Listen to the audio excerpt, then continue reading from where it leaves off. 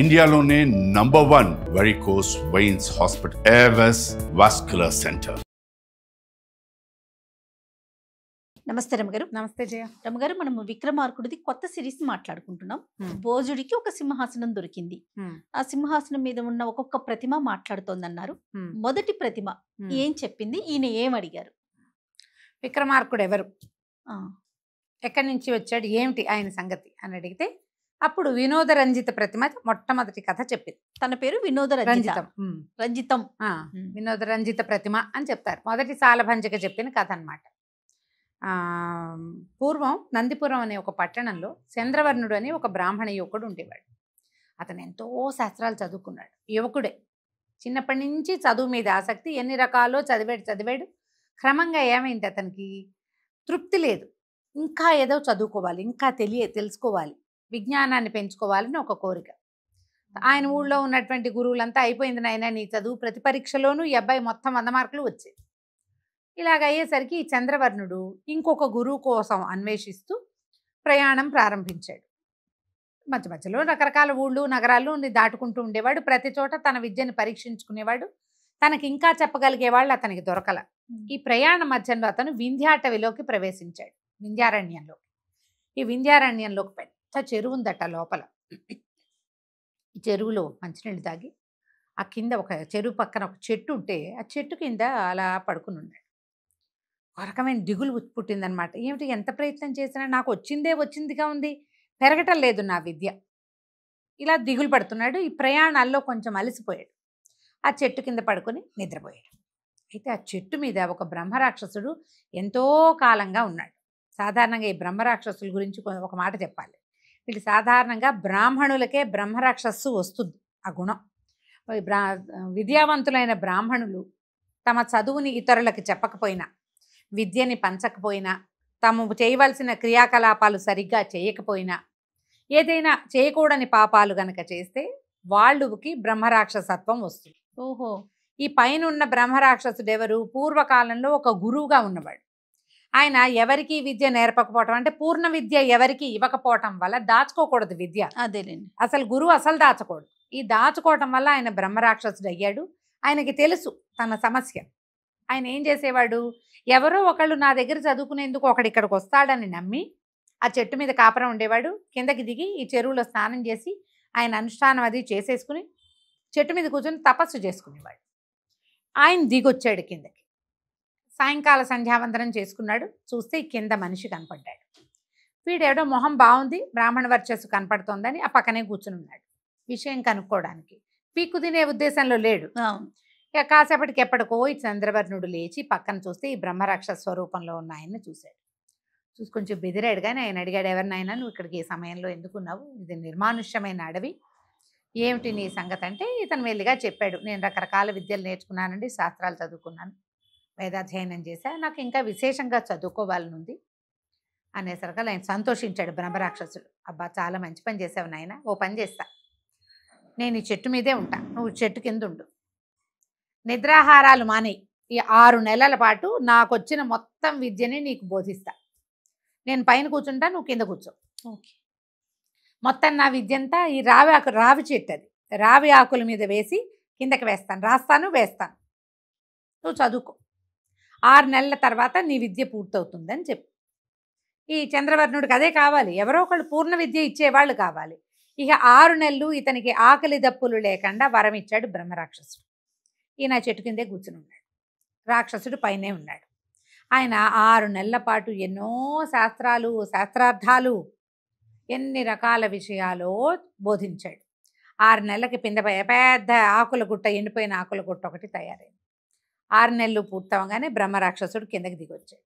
నాయన, నాకు వచ్చిన విద్య అంతా నీకు చెప్పా, నువ్వు పూర్ణ విద్యావంతుడివి, ఇక ఊర్లోకి వెళ్ళిపోవు, నువ్వు ఇక్కడి నుంచి ఈ ఆకులన్నీ పట్టుకెళ్ళు, నీకు తర్వాత కాలంలో చదువుకోవడానికి ఉపయోగపడతాయి, నువ్వు వెళ్ళి వివాహం చేసుకుని సంసారం చేసుకో, జీవితంలో స్థిరపడి నువ్వు విద్యావంతుడు అయిపోయావు అని వెంటనే ఆయన ఒక అగ్నిజ్వాలలాగా మారిపోయాడు. ఆయనలోంచి ఒక దివ్య పురుషుడు బయటకు వచ్చాడు. శాప విమోచనం అయిపోయింది బ్రహ్మరాక్షసుడికి. సంతోషంగా ఆయన దారిని ఆయన వెళ్ళిపోయాడు బ్రహ్మరాక్షసుడు. ఈ చంద్రవర్ణుడు ఏం చేశాడు, ఈ కింద పడి ఉన్న రావాకులన్నింటినీ ఒక గుట్టగా ఉత్తరయంలో మూట కట్టుకుని ఆ మూట భుజాన్ని వేసుకుని నడవటం మొదలుపెట్టాడు. ఈ వింధ్యాటవి ప్రాంతం నుంచి ముందుకు వెళ్తే ఒక పట్టణం ఉంది. లోపలికి నడిచాడు కానీ 6 నెలల నుంచి నిద్ర లేదు, తిండి లేదు. అవును. ఇప్పుడు అతనికి నీరసం తెలియటం మొదలుపెట్టింది. వెళ్ళి వెళ్ళి వెళ్ళి వెళ్ళి ఏదో బాగా అలంకరించి మంగళతూర్యాలు వినపడుతున్న బాగా ఇంటి వాకిట్లో అరుగు మీద పడిపోయాడు. ఆ అరుగు మీదే ఉండిపోయాడు. ఆ అరుగు అలంకారవల్లి అని పేరున్న ఒక వారాంగనది. ఆమె ఇల్లు. ఆ పొద్దుటిపూట రోజు అక్కడ అర్చనలు అవి జరుగుతాయి. అందుకని అక్కడ మంగళతూరినాదాలు వినపడుతున్నాయి. ఈయన శబ్దానికి ఆకర్షితుడై ఆ ఇంటి వాకిట్లోకి పోయి అక్కడ పడిపోయాడు. ఈవిడ దేవాలయానికి, ఇంట్లో ఏదో అర్చన అవుతుంది, ఆవిడ దేవాలయానికి వెళ్ళింది. తిరిగి వస్తూ ఈ వాకిట్లో పడి ఉన్నాయని చూస్తుంది. చూస్తే బ్రాహ్మణ వర్చస్సు కనపడుతుంది. ఆయన మహా అందమైన వాడు, చాలా అందగాడు, కానీ కొంచెం చిక్కిపోయినాడు. ఇది చూసేసరికల్లా ఈవిడ ఎంత బాగున్నాడు, ఇక ఇతనే నా భర్త అని నిశ్చయించుకుంది. లోపలికి వెళ్ళింది, పన్నీరు తెచ్చి మొహం మీద జల్లింది. లేచాడు కానీ ఆయనకేమీ స్పృహ లేదు.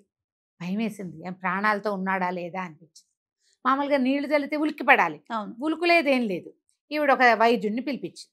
ఆ వైద్యుడు వచ్చి చూసి పరీక్షించి, అమ్మాయి ఇతనికి ఆహారం లేదు, 6 నెలలైనా అయ్యింది ఇతను అన్నం తిని, నిద్ర కూడా లేదు, ఇప్పుడు అపస్మారకంలో ఉన్నాడు అంటే వలవల ఏడ్చింది. అయ్యో ఈయన్నే భర్తగా అనుకున్నానండి, ఏమైనా అయిపోతాడంటే ఏమి అయిపోడు, ఒక మార్గం ఉందని ప్రతిరోజు ఒక పడి అన్నము, ఒక పడి నెయ్యి, అంటే ఒక గ్లాసెడు అన్నం ఉండి దాంట్లో గ్లాసెడ్ నెయ్యి పోసి దాన్ని బాగా రసంలా చేసి మొత్తం ఒళ్ళంతా పట్టించాలి ఈ అబ్బాయికి. అప్పుడు ఈ రోమకూపాల్లోంచి ఈ అన్నరసం లోపలికి వెళ్ళి మూర్ఛ నుంచి మెలకు వస్తుంది. కోమాలో ఉన్నాడు ఈయన. కోమాకి ఆ వైద్యం చెప్పాడు. ఈవిడేం చేసింది, ఆయన లోపలికి చేర్చి రోజు ఒక గ్లాసుడు అన్నం ఉంటే, ఒక పడి అంటే ఒక డబ్బా అన్నమాట, మనం మరి చిన్న గ్లాసు కాదు, ఒక పెద్ద గ్లాసునే పడి అంటారు. ఈ చిత్తూరు ఆ ప్రాంతాల్లో ఆ పడి లెక్కలు ఉంటాయి. అన్నం వండటం, దాంట్లో ఆ పడి నెయ్యి పోసి బాగా రంగరించి ఆ రసాన్ని మొత్తం ఒళ్ళంతా పట్టింపించి వారం రోజులు సేవించి, వారము అయ్యాక ఇతనికి లోపలికి అన్నసారం అంతా వంట పట్టి, ఆ నెయ్యి వల్ల మామూలుగా మనకి ఎత్తున నెయ్యి ఆయుర్ఘృతం అవును అంటారు, ఆయుష్ని, ఘృతమే ఆయుష్ని ఇస్తుంది. లేచాడు ఈయన. మేలుకు వచ్చి చూసుకుంటే తెలిసింది ఇది వారాంగన గృహం అని, కనపడుతున్న సౌందర్యవతి వారాంగన అని తెలిసింది. లేచాడు. లేవగానే ఈవిడ సంతోషించింది. మీరు అన్నం తినండి, ఆ అనుష్ఠానం చేసుకోండి, అది చేయండి, ఇది చేయండి, తర్వాత మనం పెళ్లి చేసుకుందామండి అనగానే ఆయన నిర్ఘాంతపోయాడు. పెళ్లి చేసుకోవటం ఏమిటి, నువ్వెవరు, నేనెవరు, సద్బ్రాహ్మణుణ్ణి, వారాంగనని పెళ్లి చేసుకోవటం ఏమిటి నేను అని ఒప్పుకోలేదు. ఒప్పుకోపోయేసరిగా ఆవిడ కొంచెం కాస్త గట్టి గట్టిగా మాట్లాడింది. చుట్టుపక్కల అంతా చేరారు. వారం రోజుల నుంచి నిన్ను కాపాడింది, లేకపోతే నువ్వు చచ్చిపోయేవాడివి, పోయేవాడు కదా, వదిలేస్తే ఏముంది, కోమాలో ఉన్నవాడు అదే పోక. దాంతో ఈయన ఏదో గట్టిగా మాట్లాడాడు. ఆవిడ ఏడ్చింది, గోల పెట్టింది. చుట్టుపక్కల జనం అంతా చేరారు. దారేపోతున్న రక్షక భటులు 4 చేరారు. ఏమిటేమిటని కనుక్కున్నారు. అక్కడి నుంచి ఈయన మోసుకుపోయారు. ఇది తగాదా కదా, మరి వారం రోజులు ఈయన్ని పోషించింది ఎందుకు? ఆవిడ ఇంక ఇంట్లోకి ఎవరిని రానివ్వను, ఈయనే నా భర్తని ప్రకటించింది. అక్కడికి వెళ్ళేసరికల్లా రాజుగారు అబ్బాయిని చూసి ఆశ్చర్యపోయారు. ఏమిటి ఇంత అందగాడుగా ఉన్నాడు, ఎంత బాగున్నాడు అబ్బాయి, ఎంతో బాగున్నాడని ఆయనకి చాలా నచ్చాడు ఈయన, ఈ చంద్రవర్ణుడు. నచ్చేసరికల్లా అలంకార వల్లంది, అయ్యా ఈయన మరణిస్తాడని చెప్పాడండి వైద్యుడు, వారం రోజులు విశేషంగా భార్య భర్తని సేవించినట్టు సేవించాను, వివాహం చేసుకోవాలంటే ఇతను ఒప్పుకోవటం లేదు అనేసరికల్లా ఆయన అన్నాడు. సభలో ఉన్న పెద్దవాళ్ళందరినీ పిలిచాడు, పురోహితులు వాళ్ళు వచ్చారు. ఇట్లా సద్బ్రాహ్మణుడు వారాంగరని వివాహం చేసుకోవచ్చా అంటే అప్పుడు ఏం చెప్పాడు సభలో ఉన్న పురోహితుడు, చేసుకోవచ్చు, ఒక విధానం ఉంది. ఏమిటి, 4 జాతుల వాళ్ళు చాతుర్వర్ణ్యాల కన్యల్ని ఒకేసారి వివాహం చేసుకునేటప్పుడు చతుర్థవర్ణంగా భోగాంకరం ఉండవచ్చు. అందులో రాజుగారికి అబ్బాయి నచ్చాడు కదా, తన కూతురునిచ్చి పెళ్లి చేసేద్దామనింది. ఆయనకు ఒకే ఒక్క కూతురు, ఆ రాజ్యానికి వారసులు లేరు. ఆయనేమో తన కూతురుని ఇవ్వాలనుకున్నాడు. అక్కడి నుంచి రాజుగారికి మంత్రిగా ఒక వైశ్య ప్రముఖుడు ఉన్నాడు, ఆయన ఇవ్వడానికి ఒప్పుకున్నాడు. అక్కడి నుంచి సద్బ్రాహ్మణ కన్య కావాలి, పురోహితుడికి ఒక కూతురు. వీళ్ళు 3 కాకుండా 4వది అలంకారవల్లి. ఇప్పుడు రాజుగారు అమ్మాయి, మంత్రి గారు అమ్మాయి, పురోహితుడు గారు అమ్మాయి, 4వది అలంకారవల్లి. ఈ 4గురిని ఇచ్చి ఒకేసారి చంద్రవర్ణుడికి ఇచ్చి వివాహం చేశారు. ఈయన భోగాంగాన్నే పెళ్లి చేసుకుంటే ఆమె వల్ల కలిగే సంతానం ఆయనకి నీళ్ళు వదలటానికి పనికిరారు. అప్పటి విధానం అది, దాని మీద ప్రశ్నలు వేసుకోకూడదు మనం. ఆ రోజుల్లో పద్ధతి అది. అంటే విలోమ వివాహం వల్ల కలిగే సంతానము తద్దినం పెట్టడానికి పనికిరారు, బ్రాహ్మణ సంతానమే కావాలి, అది నియమం. లేదా క్షత్రియ కూడా పనికొస్తారు. ఇలా అయ్యేసరికల్లా సరే పెళ్లి చేసేసారు. ఈ పెళ్ళి అయిపోయిన తర్వాత ఈ 4 అమ్మాయిలతోటి ఆయన సంతోషంగా ఉన్నాడు. బోళ్ళంతా చదువుకున్నాడు. రాజుగారి అల్లుడు. కొంతకాలానికి 4 భార్యలు గర్భవతులై 4 కుమారులు కలిగారు. రాచభార్యకి కలిగిన క్షత్రియ కన్యకి పుట్టినవాడు విక్రమార్కుడు. వైశ్యకన్యకి పుట్టినవాడు భట్టి. అలంకారవల్లికి కలిగినవాడు భర్తృహరి. అక్కడి నుంచి ఇంకొక కన్యను పెళ్లి చేసుకున్నాడు ఈయన. బ్రాహ్మణ కన్యకి కలిగినవాడు వరరుచి. అయితే వరరుచి అని పేరు చెప్తారు, చిన్న పాట భేదం కనపడుతుంది, పేర్లు కొంచెం తేడా ఉన్నాయి. 4 కుమారులు కలిగారు. 4 చక్కగా వృద్ధిలోకి వచ్చారు. ఈ లోపల రాజుగారు, పెద్ద రాజుగారు కాలం చేశారు. రాజకుమార్తె యొక్క తండ్రి. మరి ఇప్పుడు సహజంగానే కూతురు భర్తే కదా ఇక్కడికి వారసుడు అయ్యేది.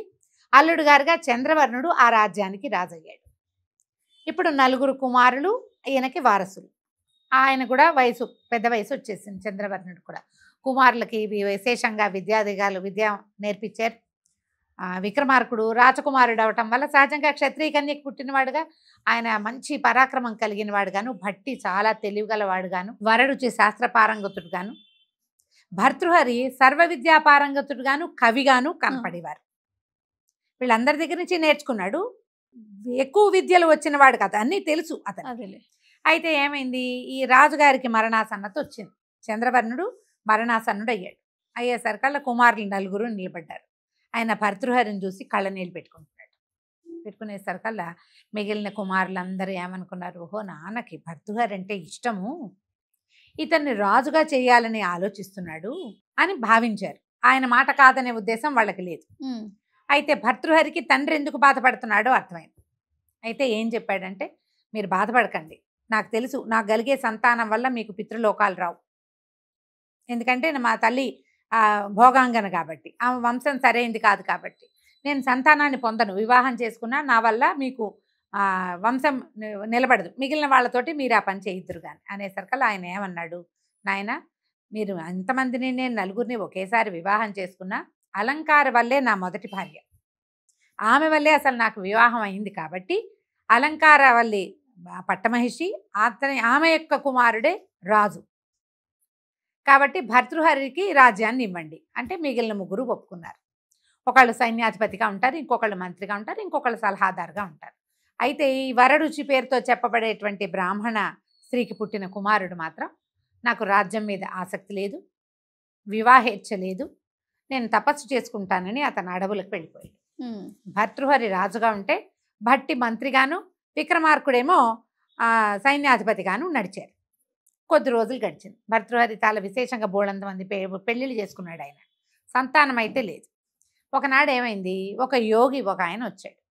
వచ్చి భర్తృహరి మహారాజుకి ఒక పండు తెచ్చిచ్చాడు. ఏం చెప్పాడంటే, ఈ పండు చాలా అద్భుతమైనది, జరామరణాలు ఉండవు, వృద్ధాప్యం రాదు, మరణం రాదు, ఈ పండును స్వీకరించండి అన్నాడు. ఈ భర్తృహరి గారికి పెద్ద భార్య అంటే పరమ ప్రీతి.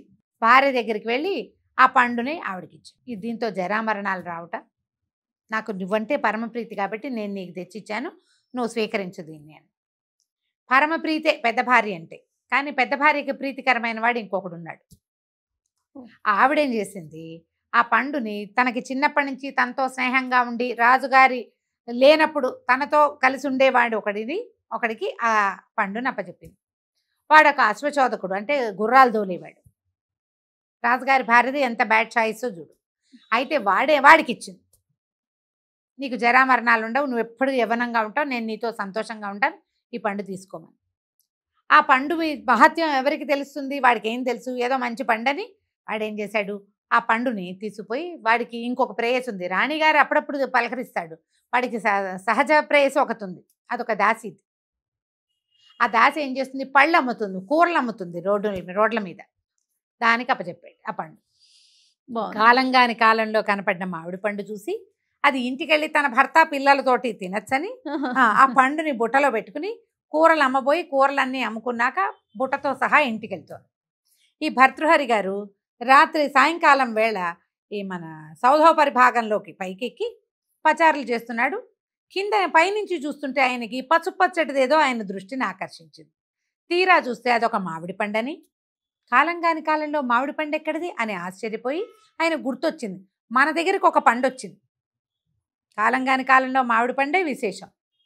ఆ అమ్మిని పిలిచి కేకేసి అడిగాడు, ఈ పండు నీకు ఎక్కడిది అంటే ముందు భయం వేసింది కానీ తర్వాత మెల్లిగా ఒప్పుకుంది. ఫలానా ఒక స్నేహితుడు ఉన్నాడు, వాడిచ్చాడని. ఈ స్నేహితుడు ఎవడు, వాడిని పట్టుకున్నారు. వాడు ఒక అశ్వశోధకుడు, వాడిని పట్టుకొస్తే వాడు మంచి కండలు తిరిగి స్ఫురద్రూపిగా ఉన్నాడు. వాడిని గట్టిగా దండించేశారు కల్లా రాణిగారు నాకు స్నేహితురాలు ఆమె ఇచ్చి ఆ పండును పట్టుకుని భర్తృహరి గారి భార్య దగ్గరకు వచ్చాడు. ఇంత పని చేసావా నువ్వు?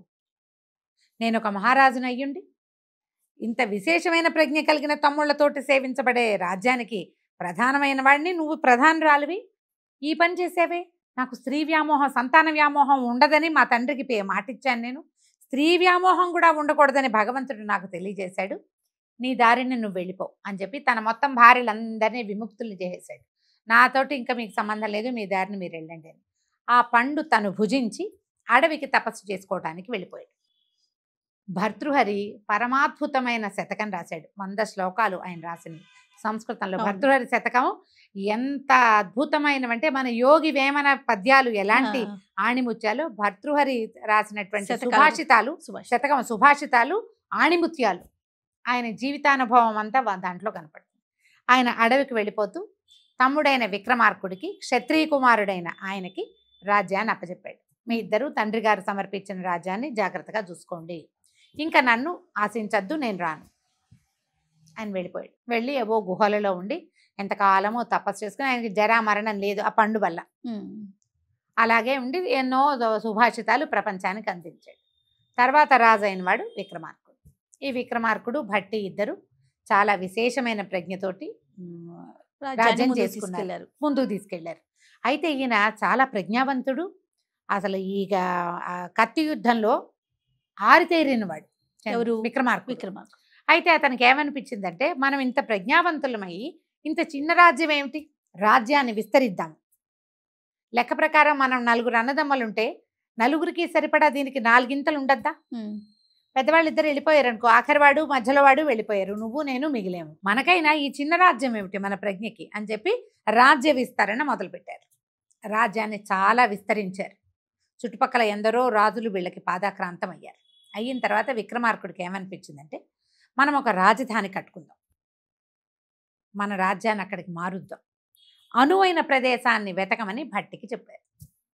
ఈ భట్టి నేను ప్రదేశాన్ని వెతుకుతానని అన్నగారికి చెప్పి, అన్నగారు రాజ్యం చేస్తుండగా భట్టి దేశాటనకి వెళ్ళాడు. ఈయన కొన్ని యుద్ధాలు చేసుకుంటున్నాడు, ఆయన దేశాటనకి బయలుదేరాడు. ఈ వెళ్ళగా వెళ్ళగా వెళ్ళగా వెళ్ళగా ఈ భట్టి గారికి వింధ్యపురి అనే ప్రాంతంలో అక్కడ గుణనిధి అలాంటిది ఒక నది ప్రవాహం ఉంది. క్షిప్రా నది అని చెప్పాలి మనం, క్షిప్ర ఆ నది. ఆ నదీ పరివాహక ప్రాంతంలో ఒక అత్యద్భుతమైన భద్రకాళీ దేవాలయం కనపడింది. ఆయన అమ్మవారు విశేషంగా కనపడుతోంది స్వరూపం. చాలా అంటే ఆమె ఎంత శక్తివంతురాలంటే, ఆమె ఎదురుగుండా ఉన్న కోనేట్లో ఒక ఆయుధం నిలబెట్టబడి ఉంది, దానికి ఆధారం లేదు, ఇట్లా గాల్లో తేలుతోంది. అది పెద్ద మర్రి చెట్టు, ఎంత శాఖోపశాఖలుగా ఉందో. ఆ మర్రి చెట్టుకి రకరకాలుగా సైజుల్లో ఉట్టి ఉంటుంది కదా, అవి వేళ్లాడుతున్నాయి. లోపలికి వెళ్ళాడు దేవాలయంలోకి. విశేషంగా కనపడుతోంది. లోపలికి వెళ్తే అంటే కొంతమందికి మనకు ఎనర్జీ తెలుస్తుంది కదా, ఇక్కడ ఏదో శక్తి ఉంది అని. ఆయనకు చాలా సంతోషం కలిగింది. ఇదే మనం ఉండాల్సిన ప్రదేశంగా అనిపించే దేవాలయంలో కూర్చునేసరికల్లా అమ్మవారు కత్తి అందిస్తున్నట్టు, నవ్వుతున్నట్టు అట్లా ఆయనకు కనపడడం మొదలుపెట్టి చాలా సంతోషం కలిగింది. ఈ ప్రాంతాన్ని మనం పరిశీలిద్దాం, ఈ ప్రాంతాన్ని అన్నయ్యకి చూపిద్దాం అనుకున్నాడు. ఆయన ఈ దేవాలయం అంతా తిరుగుతుంటే ఒక చోట ఒక శిలాఫలకం కనపడింది.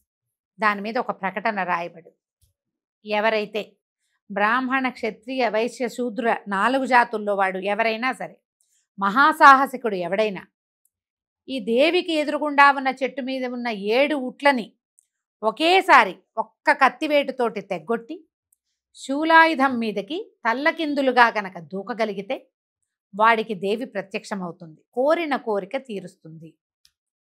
విక్రమార్కుడే పరమసాహసి, భట్టి ఆయనకి తమ్ముడు, సాహసంలో తక్కువ కాదు. అతనికి ఏమనిపించింది, ఈమె అమ్మవారు చూస్తే పరమశక్తివంతంగా ఉంది, ఈ ప్రకటన మరీ వింతగా ఉంది, ఈ ప్రకటన ప్రకారం చేస్తే గనక ఇక్కడున్నది ఏదో మనకి లభ్యమవుతుంది.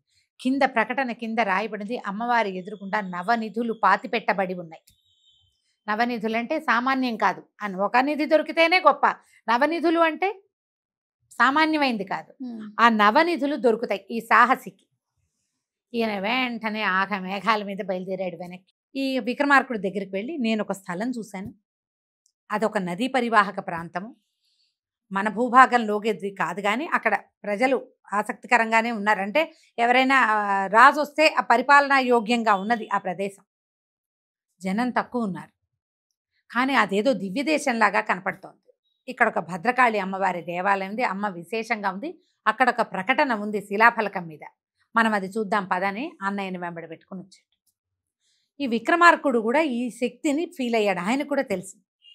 సరే చూశాడు, ఏమిటిది, ఎదురుగుండా ఏం రాసింది, ఎదురుగుండా చెట్టు ఉంది, చెట్టుకు 7 ఉట్లున్నాయి, ఈ 7 ఉట్లని ఒక దెబ్బతోటి పడగొట్టాలి, శూలాయుధం మీదకి తలకిందులుగా దూకాలి, తల కింద పడాలి.